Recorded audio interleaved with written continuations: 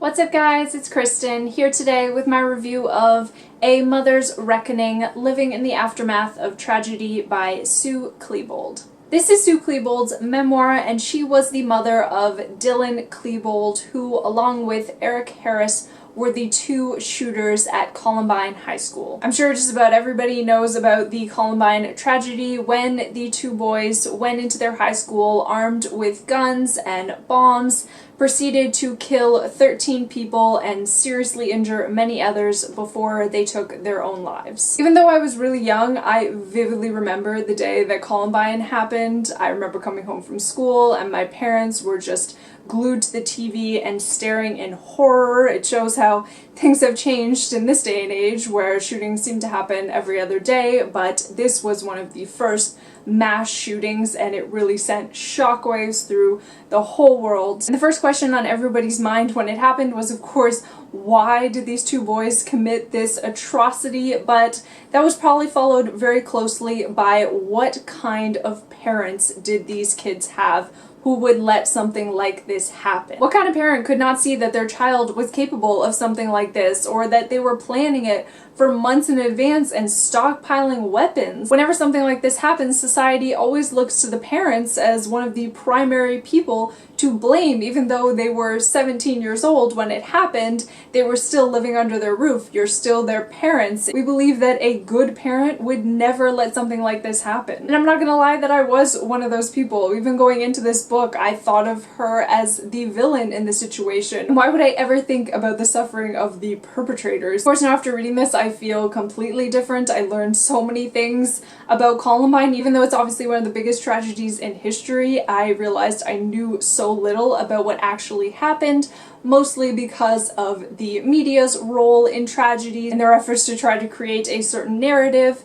that people want to see. They do not usually report the whole story or the truth behind things. I honestly feel like this is one of the most important books I've ever read for, as I just said, seeing the other side of a story, that it's not always a black and white situation. Also that so much emphasis in the book is placed on mental health awareness, or brain health as she likes to use that term, and actually all of the proceeds for the book are going to charitable and research organizations for mental health. I really like the structure of the book in that it's not chronological, but more chronicles her path and her journey through the whole experience, as the book starts off on the day of the shooting. I don't know if anybody could imagine a more horrific day in their existence, finding out not only that your child has taken their own life and is now gone, but they also killed 13 other people and, as I said, seriously injured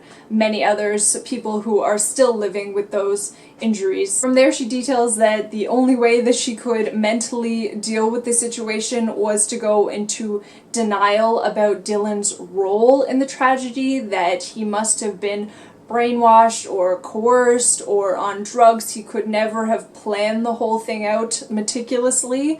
And so she goes back and details all of the happy, positive things from his childhood, and how the son that she knew and the life that they lived that was so peaceful and joyful could never have led to this. But then several months later, when all of the evidence was laid out in front of her in black and white that he was a willing participant in this event, she had to grieve all over again, and then goes back once again to look back at his childhood and their life and see where the signs were and where the cracks were showing and what she had missed, and really examining all of the illusions that she was under about their life and Dylan himself. This is something I feel like anybody can relate to, that yes, you might see little problems in your life or maybe even big problems with your spouse or your children, but I don't think anybody could ever imagine that they would proceed to murder or suicide. A lot of the book deals with